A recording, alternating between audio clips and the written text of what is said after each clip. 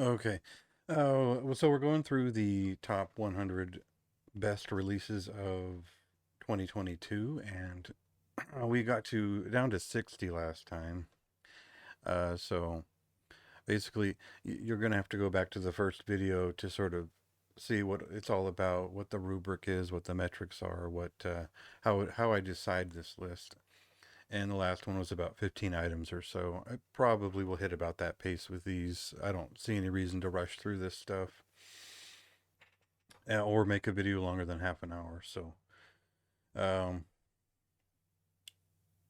so I recently reviewed Crixcor's Zoetrope, which comes in at number 59. It's a mini LP or an EP, if you will, from Invictus and Dark Descent, and this is sort of the maze of black death metal that you would expect from the artist who's been developing the sound over quite a long time. This album feels like a response to the um, to Poison Palinopsia, his debut full length, in the sense that it goes for more detail. It goes for a full symphonic suite or an orchestral arrangement, which was apparently done with practical instruments, and more complex work packed into about half as much time.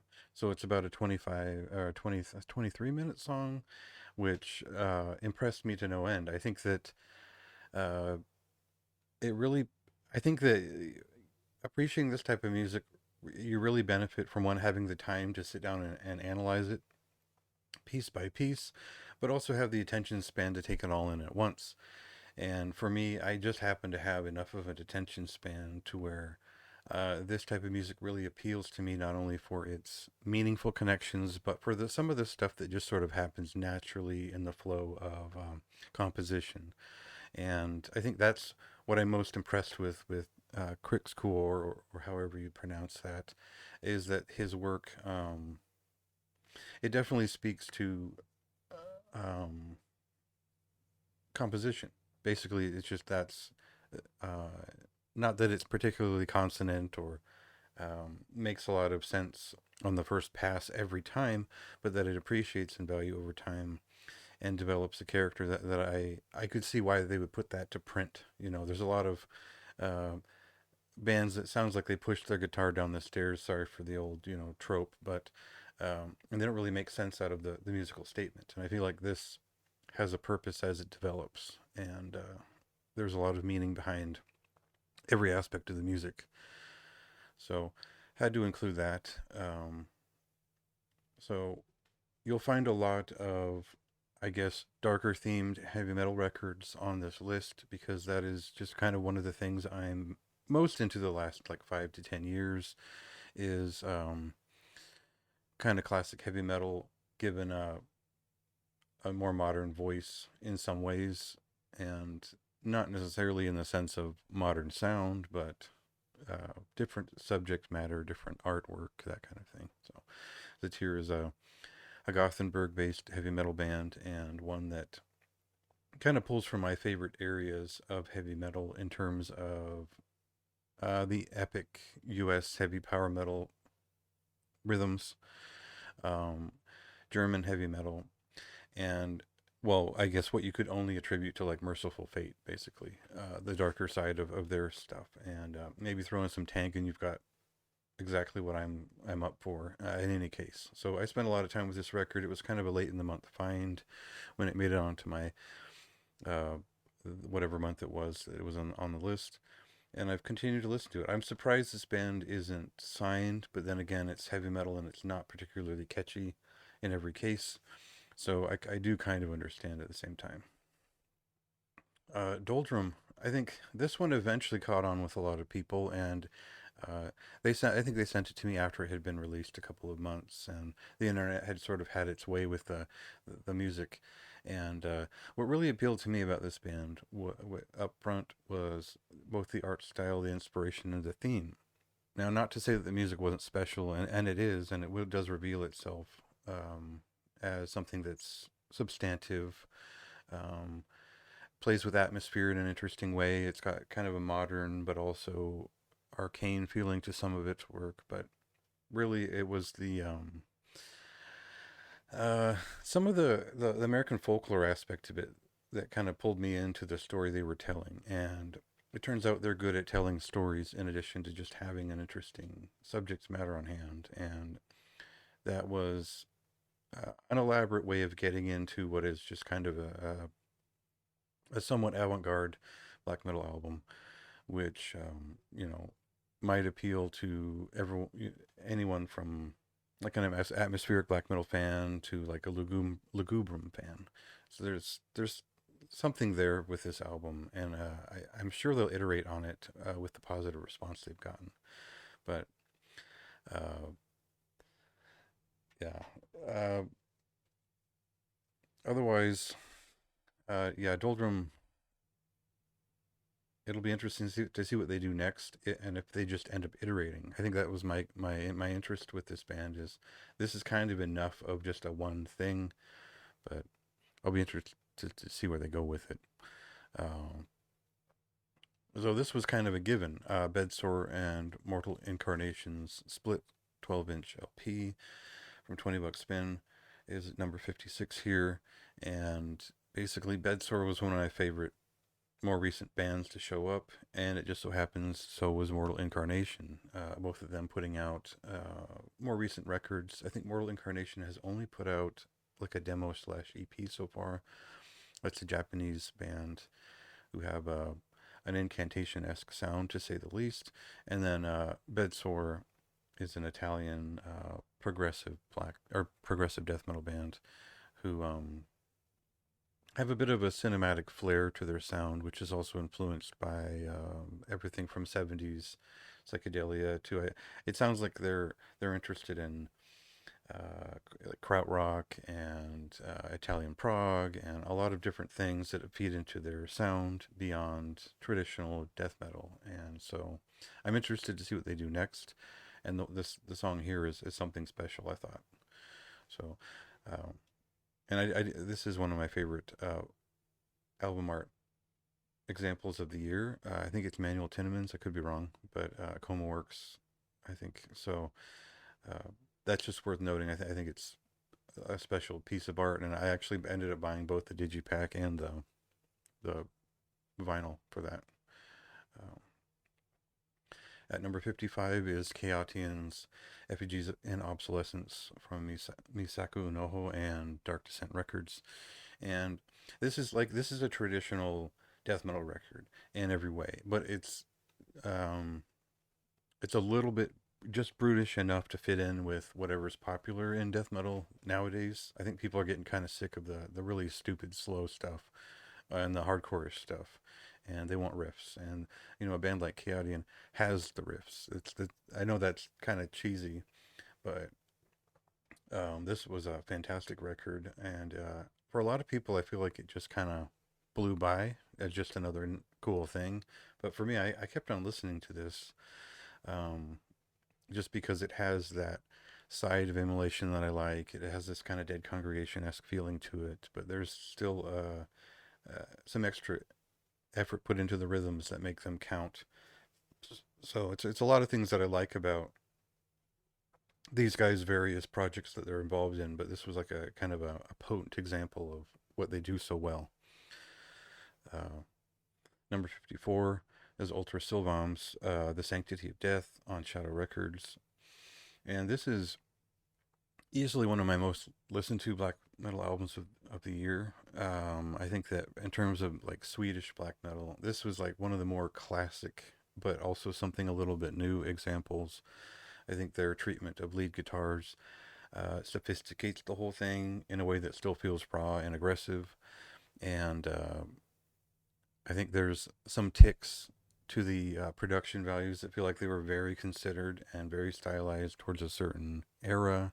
It does have like kind of like a mid 90s Marduk kind of feeling to parts of it, but that's not the whole of it. So it was an interesting shift from their previous record, which was a little bit more raw and a little bit more old school, if you will. And this feels like more of an aggressive stab at what they were doing, and yeah, I just listened to it so much because it was just a really easy thing to approach, and a record that develops value over time through just a little bit more memorable songs. So I think a lot of people overlooked it or just moved too quickly past it. Um, Beyond Mortal Dreams, Abomination in the Flames on Lava Dome is number 53. And so these guys, you remember if you'll recall, they recently reissued their first album on Nuclear Winter Records, and you could see the evolution coming from there to this, where that sort of morbid angel, immolation, incantation, sort of the peak of bands that really mattered heading into the early 2000s, affecting everything that came afterwards, even as people kind of lost their way with brutal and technical death metal when a band like Beyond Mortal Dreams had a place to push it further without going into stupid trendy bullshit at the time. So this was one of those underrated groups from Australia from a certain era, and seeing them back with another record was cool enough. But hey, it turns out it's really good, and they have a lot of new ideas on it, and their songwriting is even better, and the leads just are great throughout the whole record.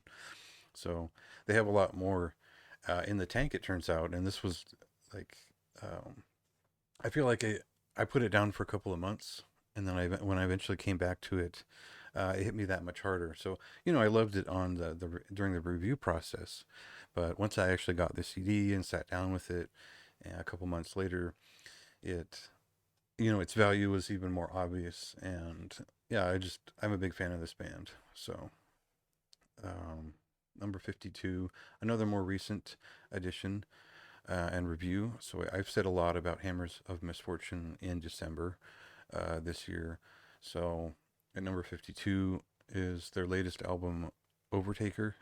And I don't remember, is their seventh? Yeah, it's their seventh record. And it's a unique form of progressive metal, which is very much focused on thrash metal and technical thrash metal, or progressive thrash metal, if you will, where there's some strong parity between the keyboard and guitar, rhythm guitar performances, all of it coming at just a blast pace in terms of ideas, not literally just always that fast, while retaining the character of this, what many would call like a kind of progressive rock influenced traditional heavy metal band.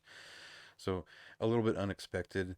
It, but it's such an active record that I couldn't help but it is kind of inspire my mind. It sort of it's like reading a really good book where you're impressed at every turn, and this is just a really condensed version of that feeling hitting for I think 40 minutes or so. So uh, I don't think it'll be for everyone. I don't think that the traditional thrash metal fan who hasn't dug into the progressive side of things would necessarily get this.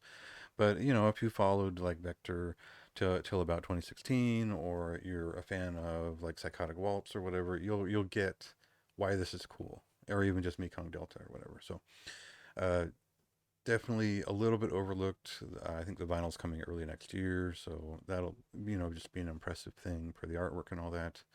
So uh, now number 51 is Immolation's Acts of God out of Nuclear Blast, and this is one of my favorite death metal bands of all time. I've gone on, and probably I would assume that in the review I will go on about how this was like back in 1991, probably one of the first death metal bands I heard that didn't sound like a tin can garbage can getting hit. The original mix of Altars of Madness just sounded terrible. I like, it's a great album and all that, but it sounded terrible. Um, anyway, uh, you can see why I could get distracted. I don't think this record is. I don't think anything Immolation have released is bad at all.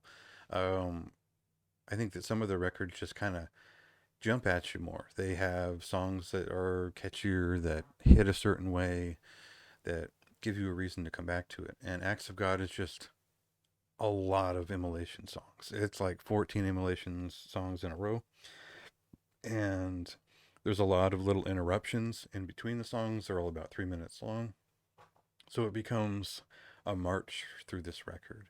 And it's funny because it's a great record. The production's iffy. It's a little bit blasted out, and that's fine for the sound of the band. But um, yeah, I couldn't put it higher on the list as much as I wanted to because it just lacked a certain definition, and you're not like I couldn't compare this to like a Here and After or Unholy Cult or these records which make a really big statement no matter how long the record is. And so like I definitely listened to it for a very long time, and it was the album of the month when it hit. But I couldn't go there and say that this is deserves to be any higher in this list, other than nepotism and the fact that this is one of my favorite bands. So you know, take that as you will. I know that's most people just might have that loyalty where that's just going to be number one because that's your favorite band. But we'll get to some of those similar cases with me later on. Um, I think Desolate Shrines, Fire of the Dying World is one of his best releases. This one is, of course, on Dark Descent, and it comes in at number 50. This is a Finnish death metal band. Some would say a blackened death metal band that started out.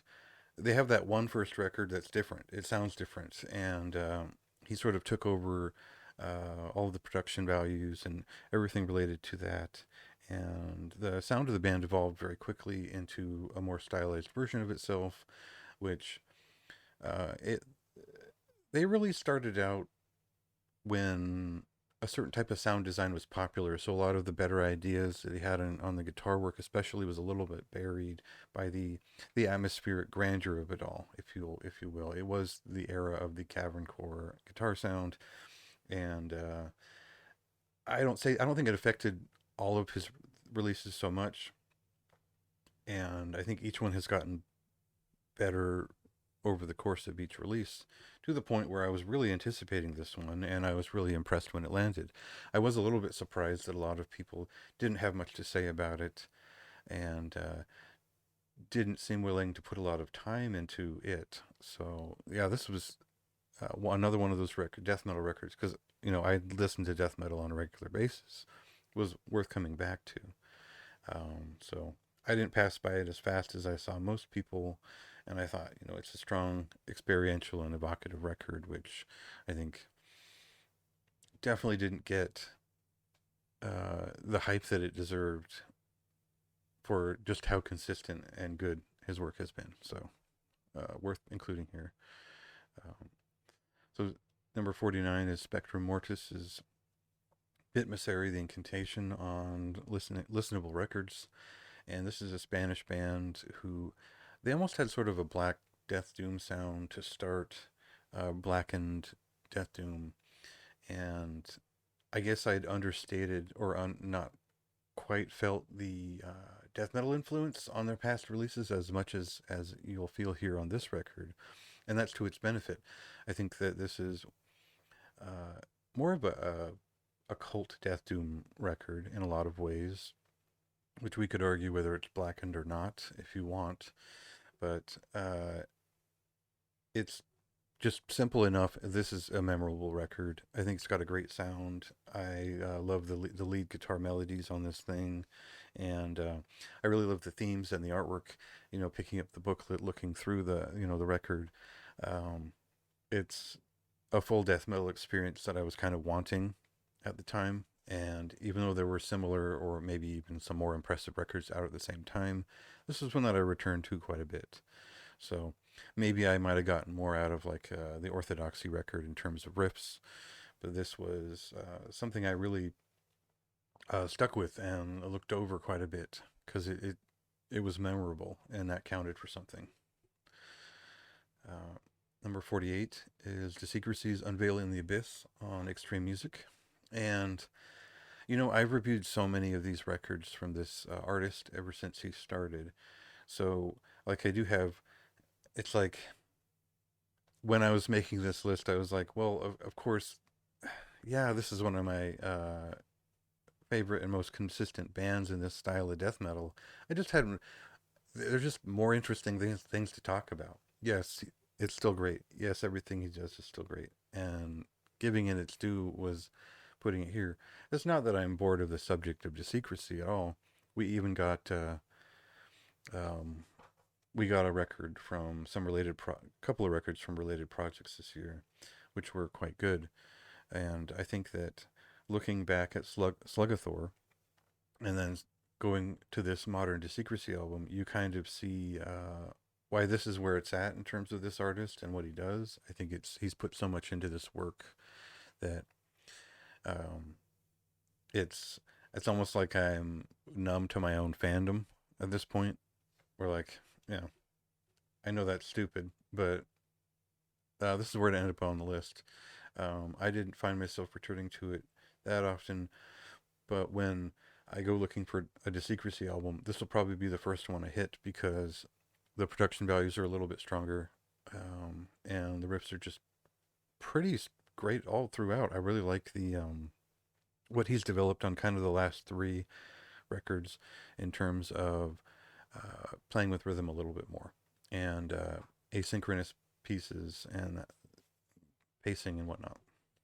So number 47 is Ponce's Nocturnes, uh, Douce Fang on Les Acteurs de l'Ombre. And this is an avant garde black metal album from a really impressive artist. I think that if you enjoyed Ashen Spire's album and took my recommendation on that, and you happen to know at least a little bit of French or you appreciate French black metal or French culture, you'll appreciate what the personality available to the circus that is this band and the macabre circus. I guess I'll say there's a Mahamic quality to a lot of this. As much as it sounds like they're having fun, a lot of it is quite miserable and destructive. And I I just love this album.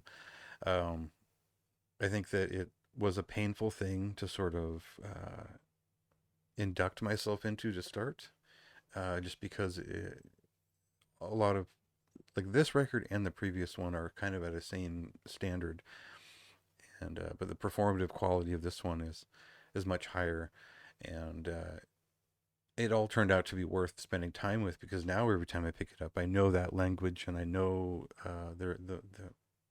the gravitas of the full listen, so I can't wait to get through it every time I pick it up.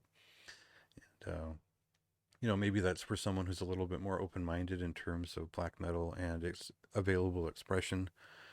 Um, but I thought that was well worth recommending.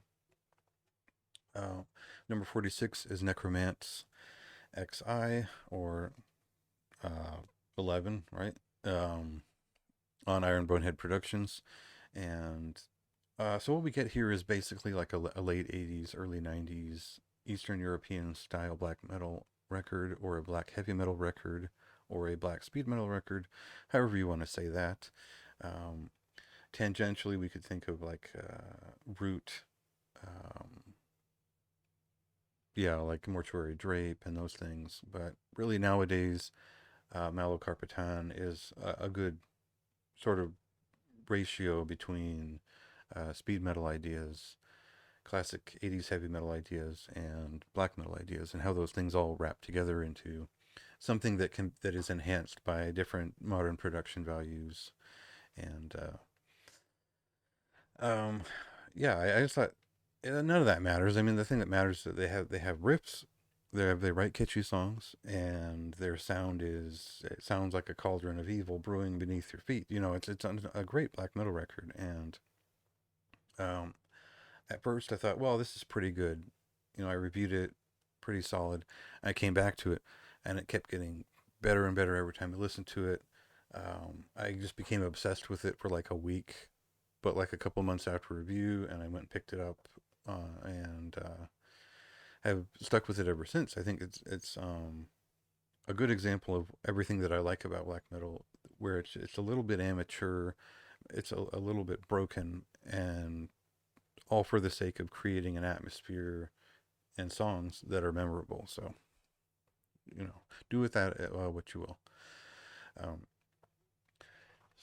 so as you'll start to see a trend. A lot of these are records which probably uh, developed in mind beyond the point of review. I put a fair amount of time and consideration and thought into my review of number 45, Serpent Ascending's Hyperborean Folklore, which is out on I'd Void Hanger Records. And the time I spent with it was really just figuring out what it was. I mean, that was the whole review. It was like, what exactly the fuck is this interesting Finnish progressive death metal record? Uh, I ended up considering it an epic heavy, a heavy metal epic from an artist whose vernacular was informed by black and heavy, extreme metal through several generations worth. So um, it's a very sophisticated, but also homespun feeling experience where you see the way that the themes here match up to the what the artist is trying to express, and it ends up being, like I said, somewhere between epic heavy metal and classic black and death metal. Well, again, what am I talking about? Well, it's kind of a progressive metal record when all those things collide, but um, the important thing is that it sounds like nothing else you'll hear this year. It um, probably moved away from from the randomly generated feeling of the previous record, which had an interesting. It had a different sound design that was maybe a little bit more amateurish, but also less organic feeling compared to this one. So this was an easy thing to return to. It was quite immersive, and you really get a sense of the artist through listening to this record, rather than focusing on all those external circumstances. And I think that's to the credit of the artist expressing themselves well, right? So it stuck with me. It was memorable, and I had to include it here. Um, I haven't listened to it in a couple of months, but there's 100 things on this list, right? Um, Orthodoxy, as I mentioned before, is number 44 with their third album, second album, most recent album from well. So one of the guy who started this band was in Domains, and that was an Immolation-esque Spanish death metal band who put out an album back in the, I think, early 2010s or so. And this is more of a black and death metal group who again focus in on a little bit of the Immolation influence. It's sort of part of their muscle memory in terms of writing riffs and songs. There is a little bit of a death doom metal affect to some of it, but ultimately we get an occult death metal record that is basically builds on the previous release by including better leads, and for me that kind of set it over the top. This is an above average death metal record, and one that is worth returning to repeatedly to sort of get through the sludge of it all and hit the songwriting and the mood of it all. So I thought it was impressive, and I returned to it quite a bit, just appreciating the sound of the record, and again just the arrangements for effect. So, and there's kind of a spiritual affect to it, which um, I always appreciate. Kind of the same way, uh, what I've said about other records on this list, anyway. Um, Now, see, I really debated where to put Miscreants. It's an Italian death thrash metal band on the progressive side of things, because Convergence is a really spirited debut. It's a fantastic sound. They basically picked up the first two Atheist albums and rewrote them uh, into one like condensed, perfect idea. And the only reason that it's sitting down here and not higher in the list is because I didn't pick it up a ton after I bought it, and I'm not sure if it was up to me. The top 10 or the top 100 here would just be records that sound like other records that I love from the past, and I'm self-conscious about that because that I think that there are artists who are doing better than replicating the past. And I'm not saying that miscreants aren't just replicating, well, I'm not saying they are just replicating the past. They put their own spin on it. but it's so clear what they're doing with this record that I couldn't stick it in the top 10 or the top 20 or the top 30 as I went through this list. So, yeah, I love this record. It's one of my favorite moments of the year, and that's why it's on here. But I'm not going to say that it's, you know, more valuable than anything else in terms of my own experience, since I have like three versions of every Atheist album, you know. So, uh, this is an impressive step. They've only been a band for a very short period of time, and they have just completely nailed the sound and written a great record under it. So I'm just, I'd like to see them do like have more of their own perspective applied, uh, so that I can really get behind it.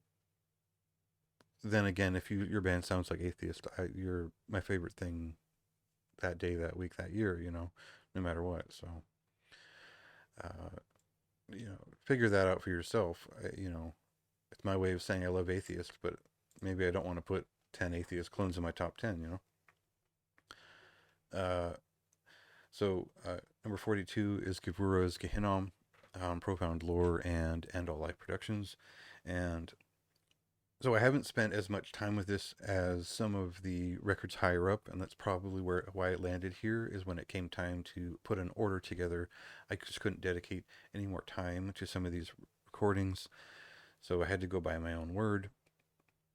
And Gehinnom is um, probably, I think it hits for me as one of the higher standards of black metal that I listened to this year. I think both in terms of practical just production values and listening experience and the consideration of the track list, the actual songwriting and the way it flows from beginning to end throughout the whole album.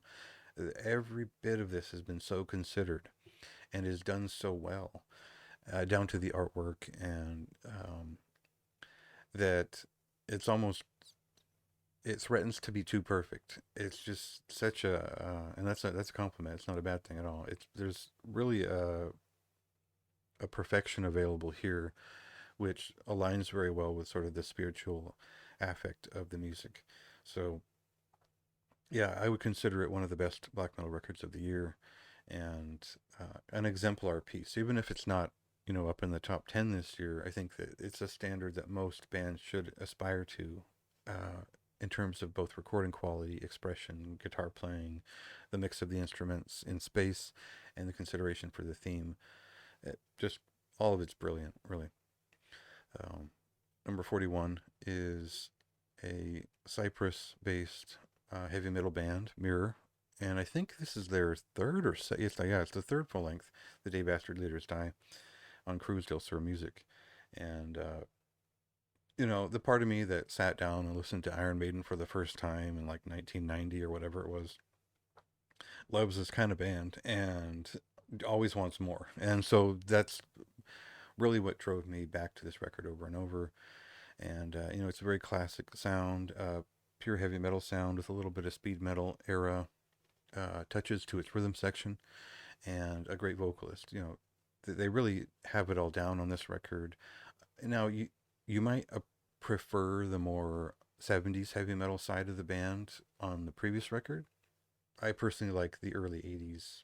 Like I said, I kind of go for Maiden first, and that's kind of why I lean towards this record over the previous. But they're both great. Uh, Number 40 is Deathbell's Nocturnal Crossing on Smart Records, and this was a little bit of a creeper on me. I think that a lot of people will be surprised that it was this high on the list. I did rate it quite well, and I had nothing but good things to say about it.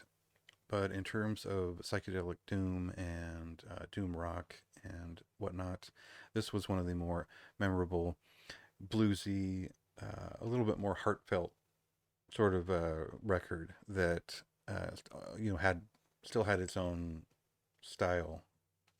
So uh, it was just a record that I listened to a ton, and that's kind of where it ended up because of that.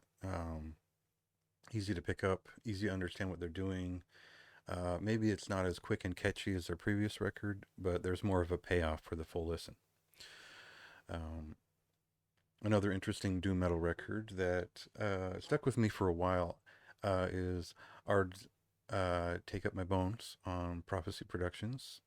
So this is from Mark Deeks, who is, I think he's the keyboardist in Winterfelleth, and here he kind of works both heavily with keyboards and somber doom metal arrangements and heavy use of choirs, which a lot of people describe as Gregorian chants and whatnot. Well, we could do some research on what that means and what practical other terms we could use, but a choir or a chorale is suffice enough for the storytelling available here, and his vocals are very evocative of the feeling and the themes here. It's a there's a scholarly subject explored here in a very expressive way, and I love that there's you'll find this in a lot of what I have to say about heavy metal is that there's a thinking and feeling aspect to this work. Not only is this an intelligent work, but it's all for the sake of feeling something very deep. So there's obviously some bombast and dramatic gravitas, as I'll describe it in the review, but really, it's all about how this record makes you feel and the artful way in which they tell the story here. So I know I loved it. I would have stuck it a little bit higher, but I just had what I call death metal brain. As you'll find, there's just a cluster of death metal records I had to get out of the way earlier on the list. So this is still probably one of the higher doom metal presences on the list. Um, I should probably shut up here pretty soon, but we'll get to 35. Uh, Sarcasm's Stellar Stream Obscured on Hammerheart Records is number 38. And really, I'm just a fan of Sarcasm and their melodic death metal inspired approach to melodic black death metal. They're kind of one of the originals in melodic black death metal. And I think the way I see it is that there were a lot of bands that were inspired by Eucharist and maybe At the Gates back in the day. And I think these guys were kind of just, or the original lineup and folks were all influenced by that. And that's carried on throughout their sort of revival and several albums since. This is their fourth full length since reforming, and I think they've successfully found somewhere to go with it. And I don't think everyone liked the sort of kind of Candlemass-esque side to some of these songs in terms of changing the pace up, but I particularly did like it, and I think it only enhanced what they do. I think they've gotten more elaborate over time with their construction of these songs, and I found that it was all good. I listened to this record all year long and enjoyed it thoroughly. Now, I think the previous album was more succinct and just easily enjoyed in a pocket, and this was more like I have to pick it up, listen to about half, do something else, come back to it. It was that kind of thing for me. Number 37 is Predatory Lights, Death and Twilight and the Twilight Hours from 20 Bucks Spin. And so, man, they released this album the same month as Negative Planes The Pact came out. And well, I'll talk about that record later, but uh, I could not help but stop thinking about not only Negative Plane, but Funereal Presence. These are two of my favorite bands, and this is a band that is sort of originally in the spirit of that type of thing. So they have actually successfully pulled their own sound out of that idea, but it's still impossible to stop talking about those other bands when talking about this one. So, you know, that doesn't mean I listen to it any less, and I love the long form songs. I think they really their lead guitar work really shines within those longer pieces. I think that every aspect of this record is basically perfect, and this is one of their best releases to date. You'll find every release of theirs on a best of the year list from me. So I have nothing negative to say about Predatory Light. I do think I will go as far as saying I think this is their best record in terms of the one that I would first pick up and go back to and listen to again. And yeah, large between the art and the production and the actual songs, I think it all really made for an impactful statement. That it's kind of like if you play video games, like um, Horizon coming out the same month as Elden Ring. You know, it's kind of that kind of thing for me. Number 36 is Aetheric's Pilgrimage on the Sinister Flame. Now, this is their fourth full length album, and I think they recently put out an EP, which I haven't even gotten around to yet. Uh, and so, what can I say about this? So, it's a Finnish melodic black metal band who both resemble the best parts of Finnish black metal and also kind of the classic Scandinavian melodic side of things as well. So, very catchy songs, very memorable and elaborate, deliberate pieces, which are just pristine in general. They've gotten better with each release. I think my favorite overall is probably this. Again, it's really hard to say. The previous record really stuck with me, Apotheosis, and this is pretty much on par. It's a little bit of a different tone, but still, their signature is really there on this record as well. So, fantastic record, and I hope they do more um, in the future. I just yeah, I'm such a fan of this band that I wouldn't turn down more from in any case. And 35 is Mythosphere's Pathological from Cruise Still Sir Music. And this is just I went on and on about this record. I rated it very highly. I bought it on vinyl and have enjoyed it quite a bit throughout, since it released. Um, if you like heavy psychedelic rock, epic heavy metal, traditional heavy metal, and especially if you like Beals of Fuzz and Pale Divine, because it really is kind of a combination of those two ideas, and it also has one of the original guitarists from Fate Warning in there too. So expect fine work across the board, which is heavily melodic and very memorable and heartfelt. So that's a good place to end it there. I'll be back with another chunk of releases shortly.